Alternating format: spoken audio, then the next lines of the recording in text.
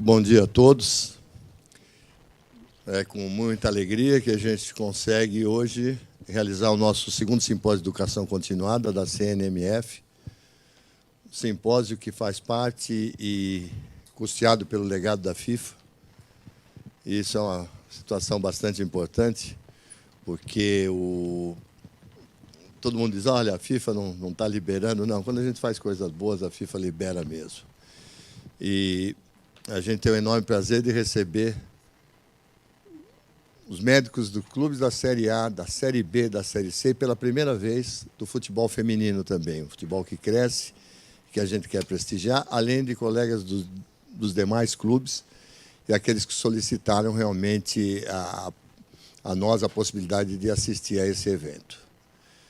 A gente quer agradecer aí a presença de todos os participantes aqui presentes. Nós vamos pedir a todos que silenciem os seus celulares, porque o nosso programa é extenso, nosso programa a gente vai ter que cumprir o horário, não tem jeito. Então, nós temos um funcionamento onde você tem o coordenador do módulo e o coordenador da palestra. E o carrasco da história é o coordenador do módulo, que é aquele que tem que fazer cumprir o horário do programa. Nós vamos abrir, vamos discutir de uma forma mais, embora mais coloquial, mais informal, mas com uma base científica ampla, para que a gente possa realmente abordar os assuntos que são de interesse de todos. Nós temos aqui, durante todo nós temos o Wi-Fi, que é o... Como é que é o Wi-Fi, Bruna? Bruna, que é nossa amiga. Ah, está na tela, então, olha. Só que eu pediria que esse Wi-Fi fosse usado lá fora.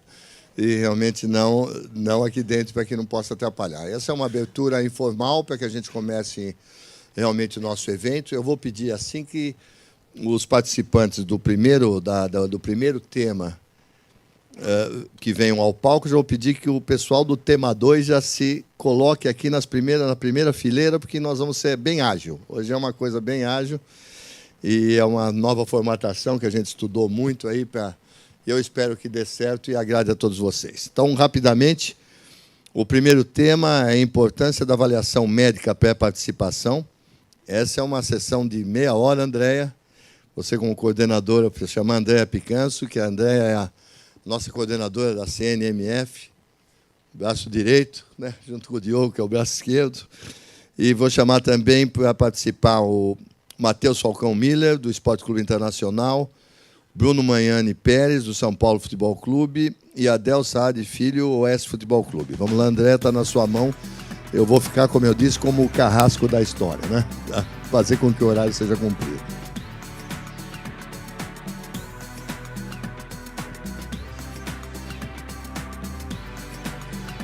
Bom dia a todos. Gostaria de agradecer a presença de todos vocês. Bom, como o Pagura falou, a gente tem um tempo curto. A ideia é que a mesa seja bastante dinâmica, que vocês participem. Temos os participantes da mesa, Bruno, Matheus, Adel. E a discussão vai ser aqui em cima, mas eu gostaria que vocês participassem também desse tema, que é a importância da avaliação médica pré-participação. Então, só para a gente começar, quais seriam os principais objetivos, né? O que é uma avaliação médica pré-participação? Aquela avaliação que é feita quando a gente tem a contratação de um jogador, ou a avaliação que é feita anualmente no período de pré-temporada, certo? Então, a gente tem vários protocolos, cada clube utiliza o seu. A gente vai discutir um pouquinho sobre isso também. E os objetivos principais, né? O primeiro objetivo dessa avaliação seria a prevenção da morte súbita, que a gente tem uma avaliação cardiológica, cada clube utiliza um protocolo de avaliação, alguns utilizam alguns exames, enfim, a gente vai discutir um pouco sobre isso, além de detecção de alterações músculo-esqueléticas que possam predispor a lesões graves e a presença de patologias crônicas que vão contraindicar a prática de esporte. Mas, além disso, é um momento que a gente aproveita a oportunidade de estar com o atleta, a gente determina o estado de saúde geral dele, a gente consegue aconselhar e instruir esse atleta e, além disso, avaliar o nível de condicionamento físico. Então, aqui entra toda uma avaliação multidisciplinar Então, a gente conta com não só essa avaliação clínica cardiológica, mas uma avaliação ortopédica, a participação dos fisioterapeutas, odontologia, nutrição, psicologia e ginecologia. Então, como o Pagura falou, esse ano a gente tem a participação dos médicos do futebol feminino, teremos mesas redondas para discutir sobre esse tema, inclusive a participação da ginecologista da seleção feminina. Então, acho que é um novo tema para a gente abordar e já entra aqui como uma avaliação multidisciplinar importante no futebol feminino. Trouxe uma diretriz de cardiologia do esporte, seria a diretriz para aquele primeiro item, né, de prevenção de morte súbita. Então, a Sociedade Brasileira de Medicina do Esporte traz essa diretriz, que consiste, basicamente, em, tratando-se de atletas jovens, é uma avaliação simples de história pessoal e familiar, exame físico e um eletrocardiograma de repouso. E, a partir daí, tendo alteração em um desses exames, uma história positiva para morte súbita ou uma alteração desse eletro, a gente continuaria com outros exames, como um teste ergométrico ou um ecocardiograma, dependendo do que for encontrado. Então, esse é um protocolo. A gente aqui na CBF, a partir desse ano, vai ter disponível no site da CBF um atestado médico, um modelo de atestado médico, em que a gente orienta os exames que são preconizados pela FIFA. Então, a gente utiliza como parâmetro o PCMA, né, que consiste em história clínica, familiar, exame geral cardiovascular, exames de sangue e um eletrocardiograma de repouso, o ecocardiograma também. Então, a gente vai trocar um pouquinho, uma conversa sobre esses protocolos. A gente falou sobre a parte mais cardiológica. Eu gostaria que o pessoal da mesa falasse um pouquinho também sobre os protocolos de avaliação. Bruno, lá no São Paulo, como é que vocês fazem esse protocolo? Bom dia a todos. Lá no São Paulo, a gente segue muito essa diretriz que você apresentou, né? A parte cardiovascular, a gente faz os mesmos exames, né? Só que a gente faz um exame mais elaborado, né? Que a gente faz em todos os atletas o teste ergométrico e o ecocardiograma. Então, todos os atletas, além da avaliação clínica, história pessoal, a gente faz o teste ergométrico e o ecocardiograma também, né? Além disso, outras coisas que eu acho interessante que talvez não tenha comentado aqui, a gente usa atualmente uma avaliação de concussão, que no último congresso da Federação Paulista teve a orientação pelo Dr. Pagura, que está aqui, pelo Dr. Moisés, pelo Dr. Ricardo Eide, né, que foi orientado a fazer uma avaliação basal de concussão. Então, hoje a gente usa um teste de SCAT-3, né, o adaptado, que é preconizado pela Federação Paulista. A gente usa isso como basal. Acho que isso talvez seja um diferencial que muita gente talvez não faça hoje em dia, mas hoje a gente faz de rotina em todos os nossos atletas. Então, como avaliação pré-participação da parte neurológica, né, de concussão, eu acho muito importante todos os atletas terem essa avaliação basal, para se um dia acontecer a concussão, a gente ter esse basal para poder um prognóstico e comparar, né? Com relação à parte ortopédica, a gente faz as avaliações clínicas, a gente não pede nenhum exame complementar de rotina, como ressonância ou tomografia, algum exame desse tipo. O isocinético vocês fazem? Não? O isocinético a gente faz porque a gente tem a disponibilidade dentro do clube e porque a gente tem gente que faça lá, né? Que são os fisioterapeutas, eles façam. Então, a gente também faz de rotina em todos os atletas o isocinético também. Acho que fora isso, alguns exames de sangue a mais. Alguns exames de sangue a gente faz a mais do que o protocolado pela FIFA, né? A gente também faz exame de urina e fezes. Fezes a gente vê muitas alterações, então acho que é importante também fazer esses exames. E a gente também faz as sorologias de HIV, hepatite e tudo mais. Acho que fora isso, outros exames, assim, fora outras avaliações, a gente sempre segue o protocolo do PCMA também, Perfeito. acho que é completíssimo e é muito importante. Os exames complementares, como você disse, a gente pede mais exames caso tenha alguma alteração, alguma alteração na história. Continua a investigação, né? Exatamente. Acho que de protocolos de avaliação, acho que é o grande diferencial que a gente faz esse ano, a gente começou a fazer, é a avaliação de concussão, que eu acho que é importantíssima isso hoje. Nada como ter um neurocirurgião, né, na presença da CNMF. Com certeza. Matheus vai fazer uma apresentação breve do protocolo que é utilizado lá no Inter. Fica à vontade. Vamos ver esse aqui.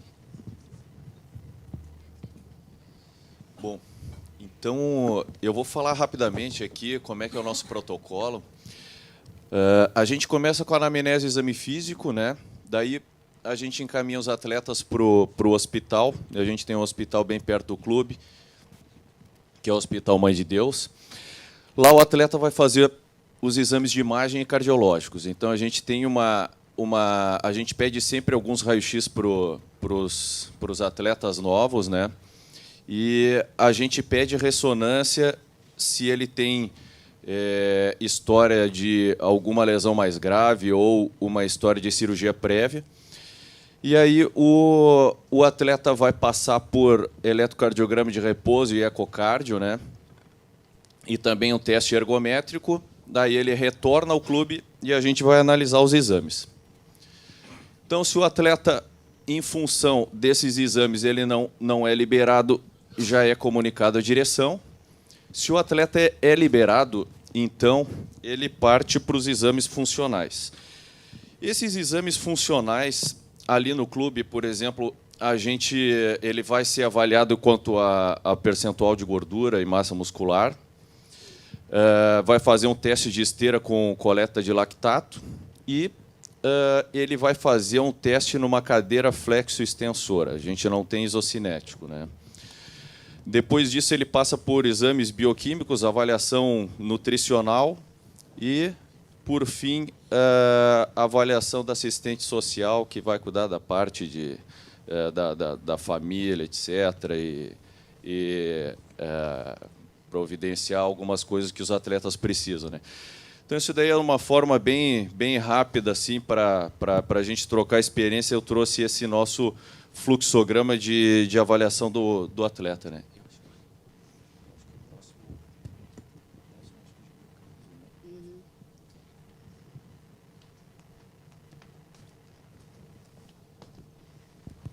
Bom, vocês puderam ver que os clubes, cada um tem o seu protocolo, mas não muda muito, né, de um para o outro.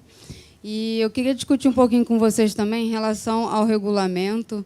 Eu trouxe o Regulamento Nacional de Registro e Transferência. Vocês sabem muito mais do que eu que, quando um atleta é contratado pelo clube, quem assina o contrato é o presidente do clube, o próprio atleta e o médico do clube. Então, eu queria discutir um pouquinho com vocês sobre isso, em relação à contratação de um jogador com histórico de lesão ou com uma lesão recente. Como é que a gente procede em relação a isso? Essa responsabilidade do médico. Adel, você comenta um pouquinho sobre isso? Bom dia a todos. Agradeço à comissão organizadora pela lembrança do meu nome. André, voltando um pouquinho no protocolo, eu só queria passar para os colegas o que aconteceu comigo esse ano no Campeonato Paulista. Um colega do São Bento de Sorocaba me comunicou via WhatsApp no meio da competição a respeito de um atleta que tinha jogado a Série B com a gente ano passado. E era um bom atleta que jogava 3, 4 jogos, ficava 3, 4 jogos parado. Por WhatsApp mesmo, já respondi, passei os contatos do fisioterapeuta, os resultados da ressonância que ele fez. Eu respondi para ele rapidamente, mas não resolvi o problema. E olhando esses protocolos, talvez poderia evitado, né, a contratação de um jogador num campeonato mais curto como o Paulista, né, de 15, 16 jogos, o atleta ficar 5, 6 jogos parado já compromete, né? Talvez num campeonato brasileiro mais longo, você pode fazer uma programação de recuperação do atleta e às vezes pode aproveitá-lo, né? Em relação a veto, André, esse atleta do São Bento é um caso que é um veto parcial, né? Talvez num campeonato mais longo ele poderia ser aproveitado. E tive um problema com o cardíaco, um jogador, conhecido jogador, jogou no Santos, jogou acho que no Bragantino, e no rastreamento nosso, lá no protocolo nosso, foi detectado um bloqueio de ramo.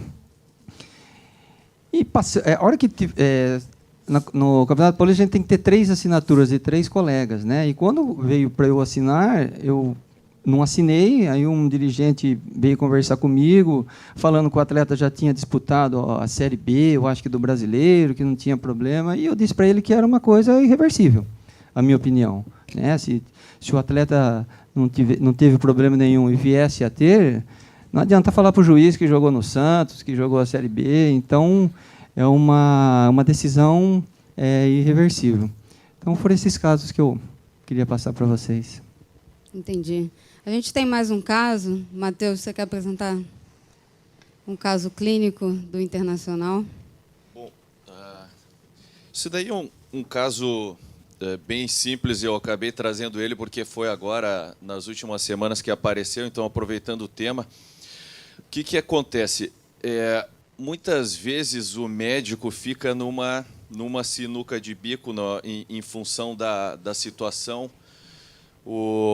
A direção anuncia um determinado jogador, daí a imprensa toda já fica sabendo, né? Muitas vezes essas coisas acontecem antes do médico avaliar o jogador, né? Então apareceu lá o jogador de 22 anos que veio para um contrato de 3 anos, né? Esse jogador ele já reclamava de uma dor na região dos adutores, ele não tinha nenhuma restrição articular, ele não tinha história prévia de nenhuma cirurgia, né?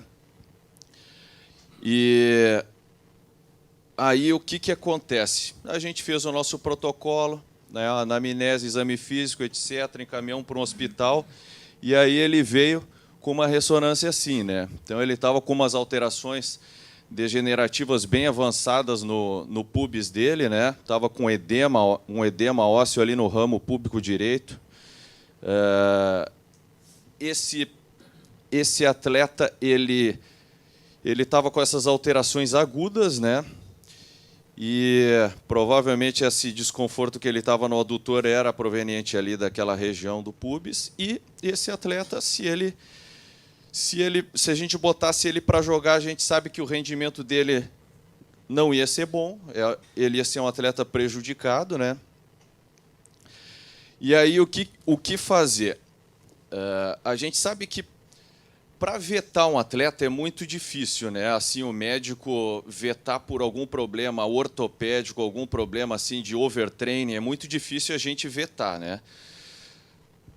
Nesse caso, o que a gente fez? A gente conseguiu falar com a direção antes que a notícia se espalhasse, né? Então, esse atleta ele está lá no Inter fazendo uma reabilitação, fazendo um tratamento antes de anunciar a contratação, antes de anunciar a vinda dele mesmo. Então, ele está lá fazendo um treinamento, mas a gente sabe que essa situação nem sempre é assim, né? Então, muitas vezes a gente fica no meio de um tiroteio, o dirigente dizendo que tem que contratar, que ele tem que vir, que já está tudo certo, o médico querendo dizer que o jogador não está em condições. Então, a gente fica muitas vezes numa situação bem ruim, né? Na verdade, Matheus, às vezes o jogador é o sonho de um dirigente, ou é um atleta que passou pelo clube com um passado glorioso, vamos dizer assim, né, e um xodó da torcida. E é interessante que tenha a avaliação de uma outra equipe ortopédica, no caso. Até para o atleta não achar que é o clube próprio que não quer contratá-lo, né? Então, esse é um caso interessante. E para também ter um respaldo de uma outra equipe, até um respaldo profissional mais tranquilo. Eu queria comentar mais uma coisa que, assim, embora a gente siga alguns protocolos de avaliação do atleta, avaliação pré-participação, a gente sabe que nenhuma avaliação vai ser completa, né? Então, por mais que a gente, por exemplo, lá no Inter, eu vou dar um exemplo, vou pegar um exemplo de, por exemplo, algum tipo específico de uma arritmia. No Inter, lá, a gente faz teste ergométrico e a gente faz o ecocardio e um eletrocardiograma de repouso, né? A gente sabe que, por exemplo, uma síndrome de Brugada, que é uma morte súbita, né, que acontece eventualmente, não é detectado por nenhum tipo desses exames, né? Eu queria saber se em algum clube alguém faz algo mais em relação à parte cardiológica? Ninguém faz... O Atlético, como eu sou cardiologista do clube, a avaliação que a gente faz é basicamente a mesma que é passada na diretriz, né? A única diferença é que os contratos profissionais do 16 para cima é eletro, teste cardiopulmonar e ecocardio. No sub-15, pela rodagem e pelo maior número de atletas, a gente só faz o eletrocardiograma se encontrar alguma alteração. Na presença de alguma alteração, a gente tem lá aparelho de Holter, avaliação com a ritmologista quando necessário, né? Nós já tivemos uma suspeita de Brugada lá que a gente encaminhou para o eletrofisiologista e com o teste de provocação, não teve a alteração sugerida, né? Mas então, a gente, além dessas, nós temos o aparelho, então alguns atletas nossos que têm extrasístoles ventriculares, a gente tem o aparelho de Holter e utiliza nos atletas, não digo com uma frequência grande, mas pelo menos anualmente lá, eles fazem algum treinamento e passam um dia com o aparelho para a gente ver essa evolução de extrasístoles. Perfeito. Alguém mais faz algum estudo eletrofisiológico, alguma coisa?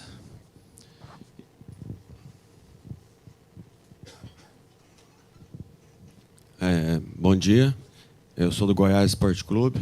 Na verdade, eu queria colocar essa situação aqui, porque eu acho que é uma situação inusitada, até para conhecimento dos colegas. O protocolo que a gente segue é exatamente esse que foi colocado, mas a gente tem uma situação especial no clube, que o nosso presidente é cardiologista e é eletrofisiologista, e tem um hospital especializado em doenças do coração.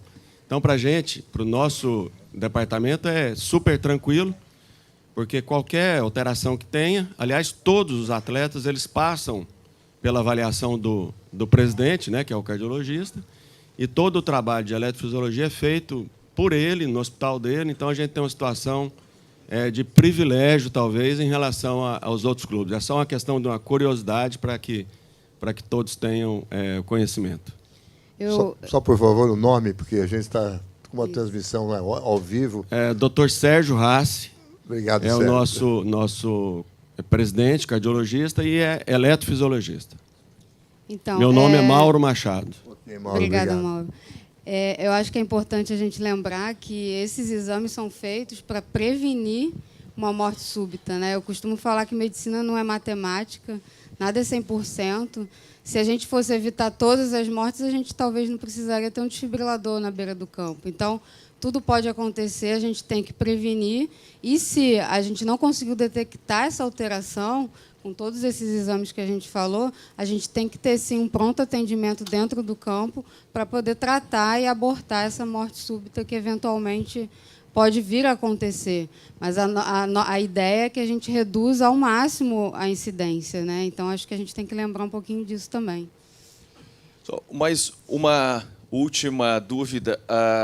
Algum clube aqui, além dos já citados, tem cardiologista trabalhando na equipe médica? 1, 2, 3, 4, 5, 6, 10. Ok. Obrigada, Matheus. Eu gostaria de continuar com a participação de vocês em relação... Uma pergunta? Pode falar. Eu queria fazer uma pergunta. Meu nome é Jorge Merouço, trabalho no Santos. Eu tenho uma dúvida em relação aos outros clubes. O grande problema nosso, basicamente, todo mundo tem mais ou menos a mesma conduta. O grande problema que eu vejo hoje em dia, a gente tem em torno de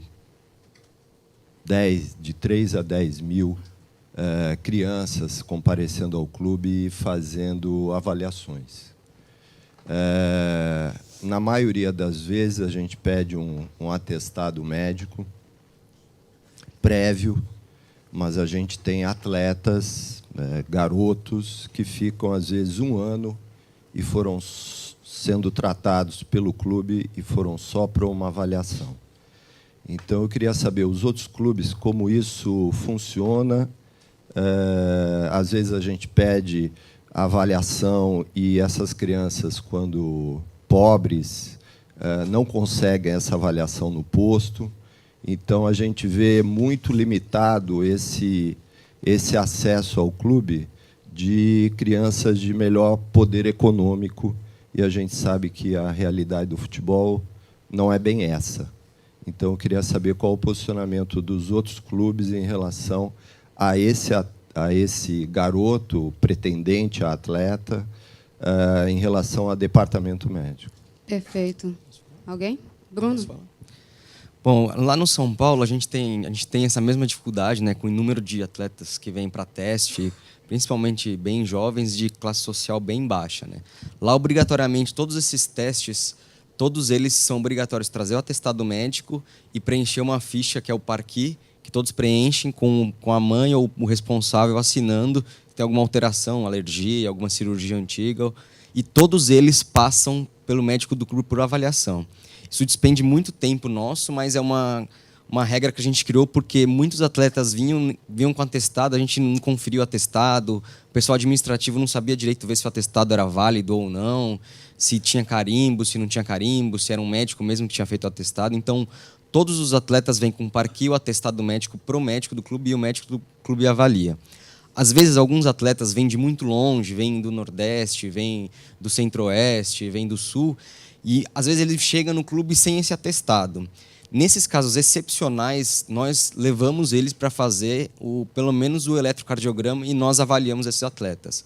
Mas esses são poucos que vêm com isso lá no São Paulo. Então, a grande maioria, mais de 90%, 95%, vem com um atestado médico e vem com esse parqui preenchido. Então, mas a gente sabe, como você no Santos, né, tem essa dificuldade da classe social. Muitos não têm condição de passar no médico para conseguir esse atestado, mas a regra nossa é sempre ter um atestado médico para fazer teste, mesmo fazendo teste.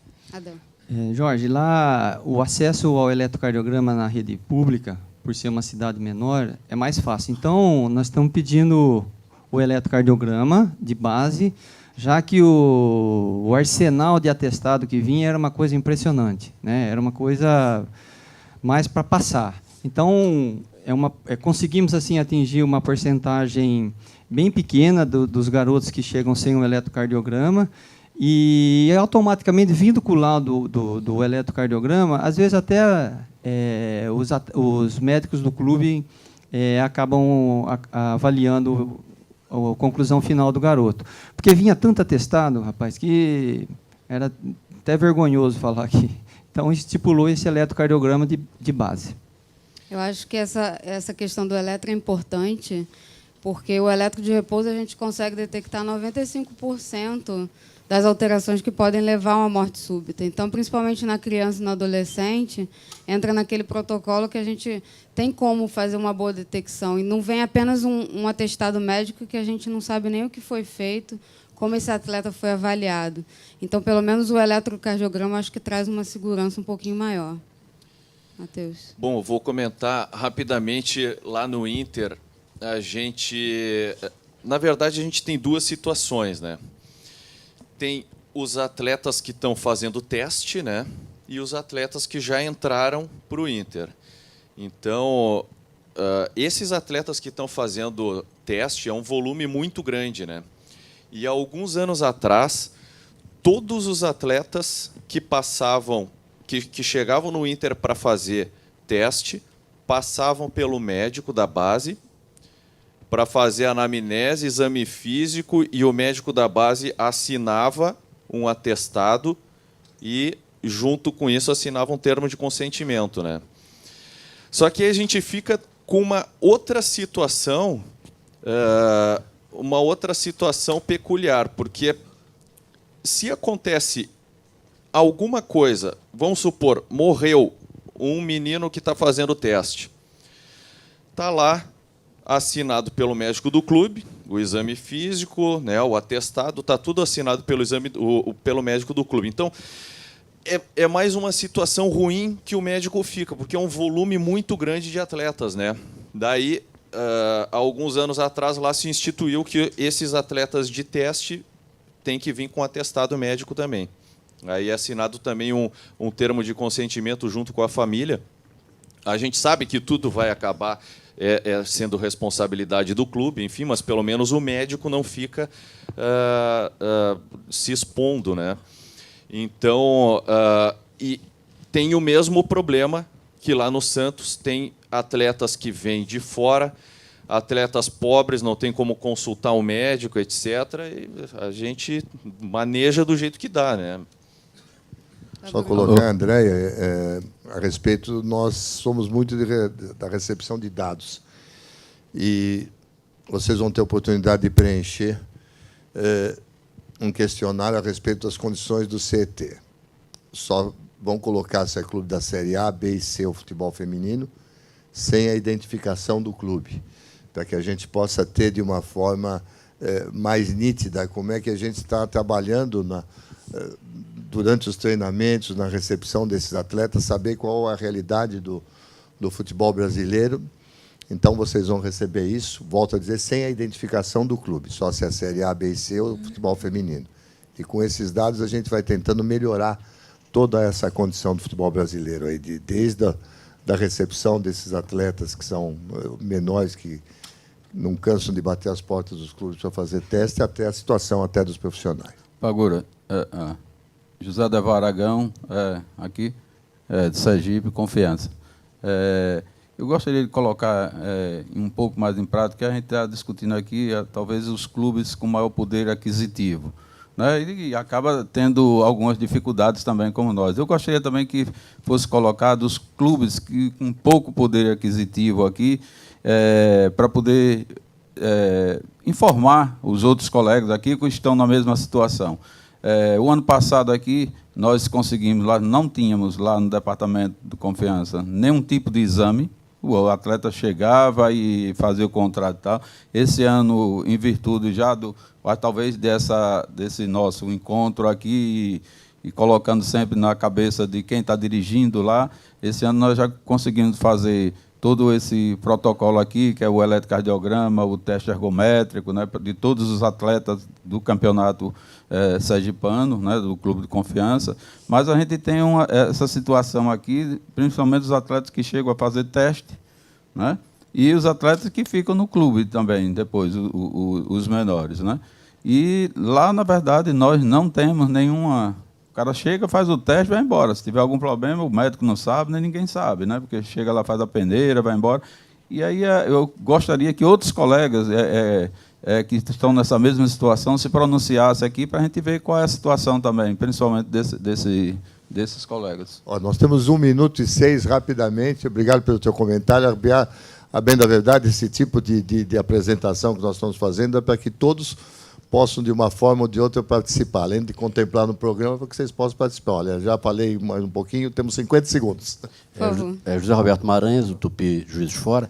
Eu achava uma coisa interessante da CBF obrigar com o protocolo que todos os atletas, que esses exames que são feitos nos clubes não fosse feito, não seriam do clube, e sim do atleta, e fosse obrigado ele a carregar isso aí, e em cada transferência ele a levar esse histórico dele, o que não acontece, o que também nos ajudaria muito os demais clubes. Se você for ver o que ele falou, a realidade dos clubes do interior, onde o jogador passa por pelo menos 2 clubes ao ano, ele refaz todos os exames e, na maioria das vezes, não leva os exames. Então, eu acho que devia ser uma coisa obrigatória da CBF que eles carregassem consigo todo esse protocolo, porque aí você uniformizaria a avaliação desses atletas profissionais que estão vinculados à CBF e eles carregassem consigo todo esse protocolo. Ou seja, então, vamos supor, o Tupi seria obrigado, Confiança seria obrigado a realizar todo esse protocolo e ele carregaria consigo esses exames. Ou fazer um banco de dados, né? Agora, com esses protocolos, a Federação Paulista, o Comitê Médico, implantou o mapeamento das lesões, os questionários. Acho que eu não sei como vai ser a viabilidade do cruzamento desse, até bem administrado pelo Gustavo aí. Acho que você vai falar depois. Não sei como vai ser o cruzamento, como vai ser o acesso nosso a esses dados. Isso que seria importante. Só uma parte. Fábio Krebs, da Comissão Nacional de Médico do Futebol. Existe uma situação que é a da gente criar, como foi sugerido, digamos, um cartão onde tu tenha todas essas informações. Só que a gente passa por uma outra situação que, juridicamente, isso não é permitido. Então, existe uma legislação trabalhista no Brasil e que a gente está ligado a essa situação. Então, tu não pode passar direto, depois até na mesa que eu vou apresentar o caso, a gente vai discutir um pouquinho sobre isso. Mas não existe a possibilidade de tu passar um cartão onde ele tenha que obrigatoriamente entregar no outro local.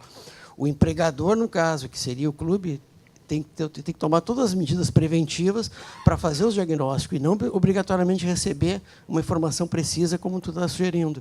Isso legalmente não é permitido. Eu acho que, além dessa questão do que o Fábio trouxe, você transfere a responsabilidade para um outro profissional, que você não sabe o que vai ser feito, como foi avaliado. A gente não limita uma avaliação a exames, né?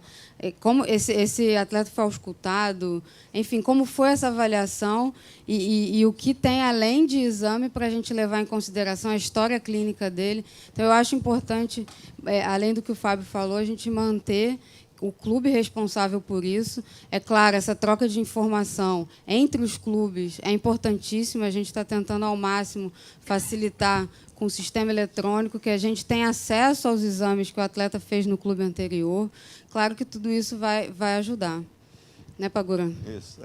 É um trabalho árduo, é um trabalho contínuo, e a gente está realmente tentando pôr em prática. Não é de uma hora para outra. O futebol brasileiro tem que melhorar muito a sua infraestrutura, e realmente a gente está trabalhando nisso em conjunto com vocês. Nós vamos ter a oportunidade de discutir um pouco mais qual é o envolvimento que a gente quer de todos vocês. Não adianta a gente, às vezes, ter grandes sistemas se não tiver um envolvimento.